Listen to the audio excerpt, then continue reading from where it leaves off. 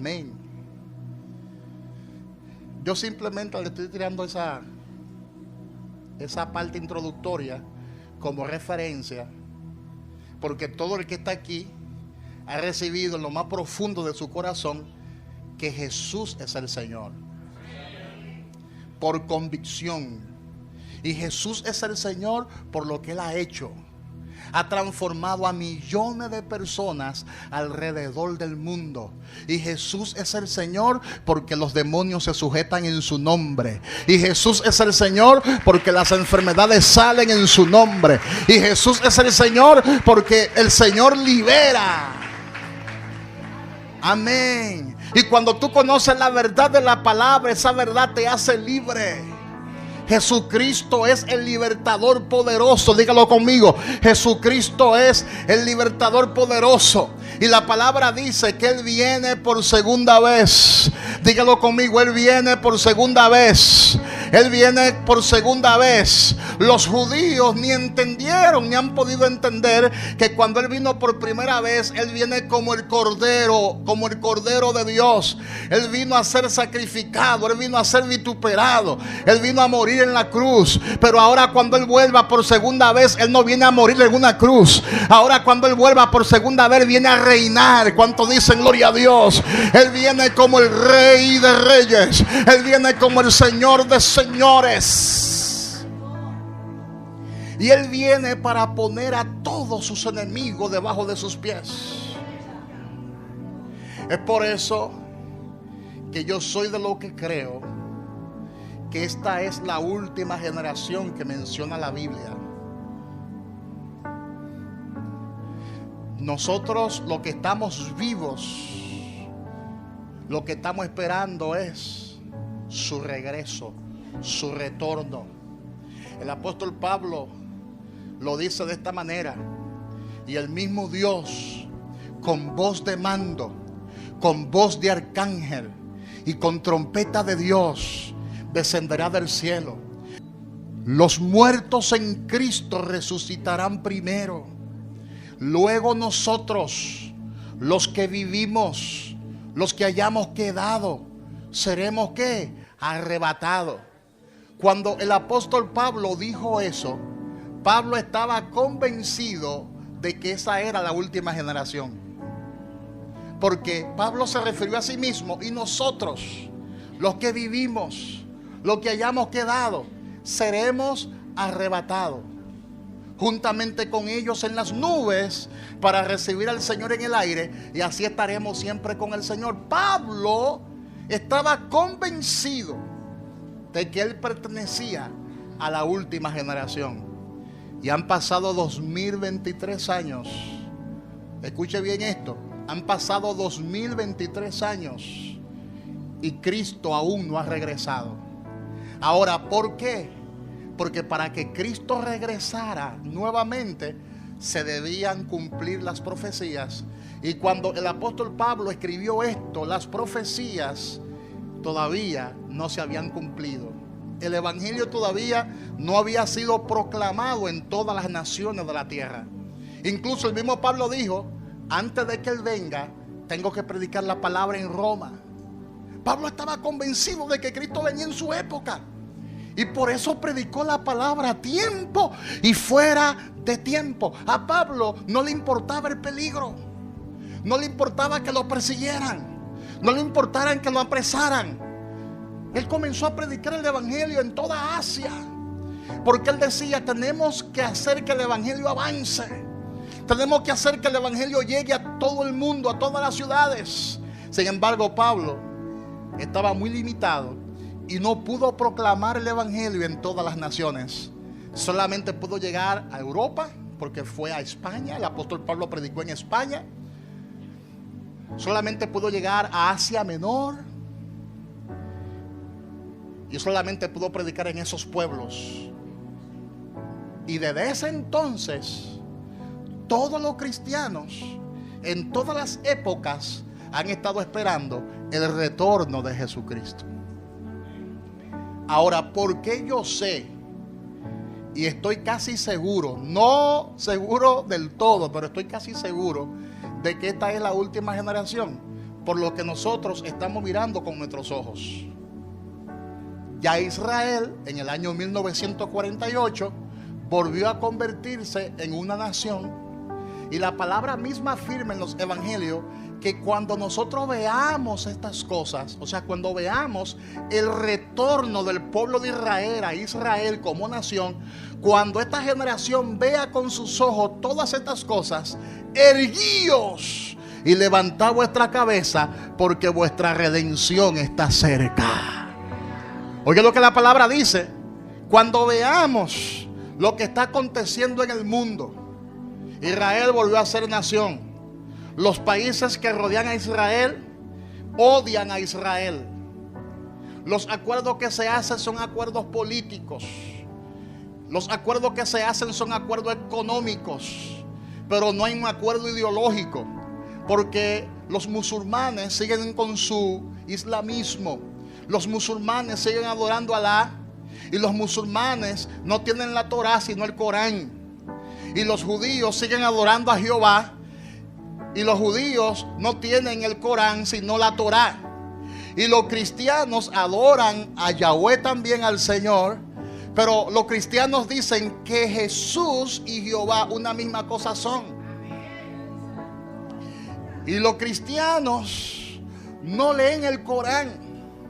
Tampoco los cristianos no estudian la Torá en su justa dimensión, sino que los cristianos tienen la Biblia. Y dentro de la sombrilla del cristianismo estamos subdivididos, porque algunas Biblias tienen 72 libros y otras Biblias tienen 66 libros. Es decir, que hay un sinnúmero de conceptos, hay un sinnúmero de ideologías, hay un sinnúmero de corrientes, porque dentro del cristianismo estamos nosotros, los que hemos recibido sabiduría y revelación de Jesús. No todo el mundo tiene la revelación de Jesús como nosotros la tenemos. Hay gente que no cree ni en su sombra. Alábale si puede. Hay gente que vive razonando los textos sagrados, y esto no es para razonarlo, esto es por fe, hay que creerlo. La fe, la certeza de lo que se espera, la convicción de lo que no se ve. Oh, gloria a Dios, oh, gloria a Dios, oh, gloria a Dios. Esto es para el que cree. Dígale al que está a su lado: esto es para el que cree. Si tú no crees, el Señor no se te manifiesta. Esto es para el que cree. El evangelio es para el que cree. El que cree en Jesús recibe los beneficios de la cruz. Dígale al que está a su lado: el que cree en Jesús recibe los beneficios de la cruz. Todos los evangelios atestiguan que Cristo vino por primera vez. Algunos no creen en esto porque Jesús no escribió nada. Jesús no dejó ningún manuscrito. Por eso muchos dudan de su existencia. Quienes escribieron de Jesús fueron sus seguidores. El evangelista Mateo escribió de Jesús. El evangelista Marcos escribió de Jesús los evangelios. Lucas escribió de Jesús. Juan escribió de Jesús. El apóstol Pablo escribió de Jesús porque él no creía en Jesús. Él era un perseguidor. Él andaba matando a los seguidores de Jesús. Y en una ocasión él iba camino a Damasco. Tenía una carta que le daba derecho legal a apresar a los seguidores de Jesús, a sacarlos de las casas y a matarlo en público. Oye la carta que tenía Saulo de Tarso, quien después se convirtió en Pablo. Porque Saulo de Tarso no creía en Jesús. Hello. ¿Están entendiendo? ¿Y sabe qué? Que cuando él iba camino a Damasco, con esa furia y ese celo del judaísmo,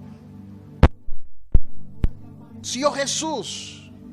Dice la palabra, él mismo testificando, que un resplandor de luz lo iluminó. Y cuando el resplandor de luz lo iluminó, él cayó postrado. Yo no sé si andaba en un caballo, yo no sé si él andaba a pies o en una carroza. Yo lo que sé es que cuando el resplandor de luz lo iluminó, él cayó postrado en tierra. Oh, gloria a Dios.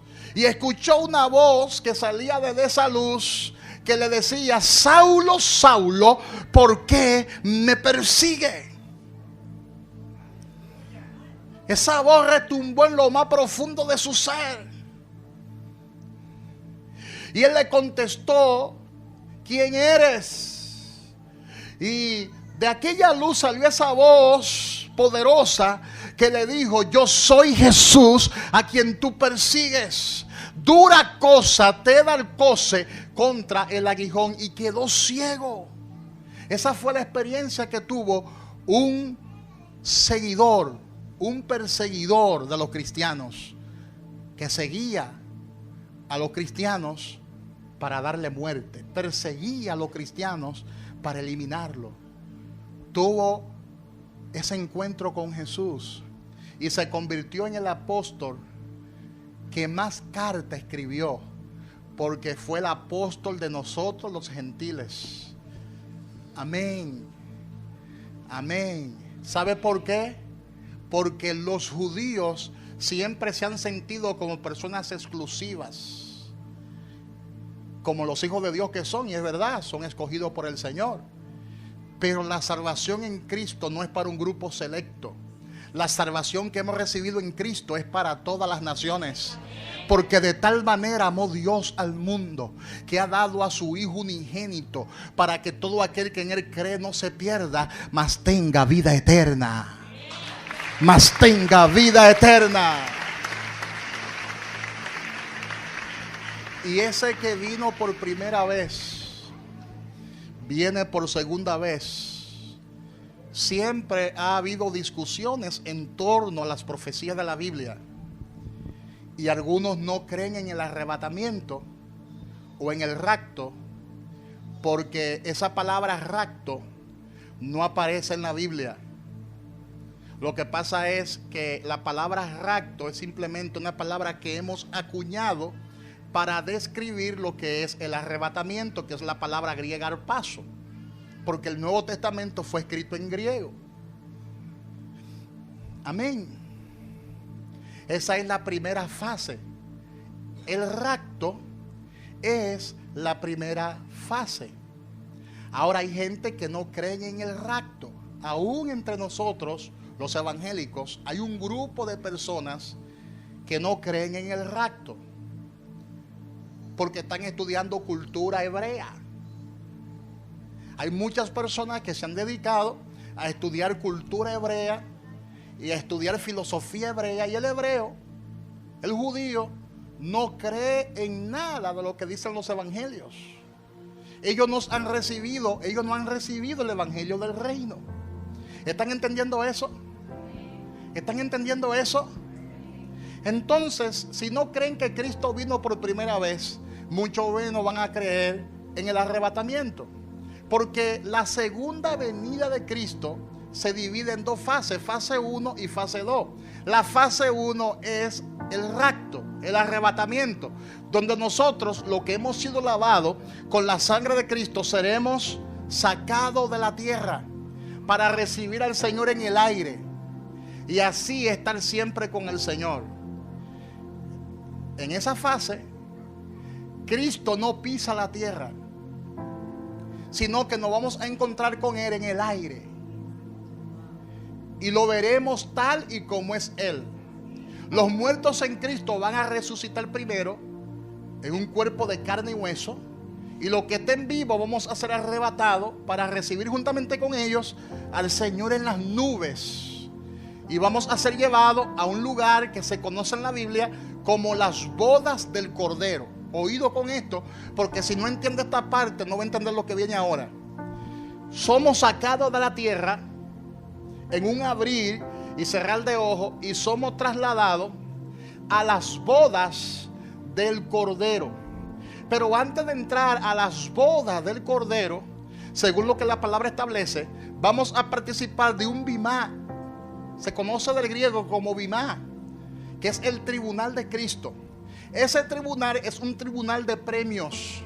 En ese tribunal no se va a determinar si tú eres salvo o no, porque si tú apareces en ese tribunal es porque ya tú eres salvo.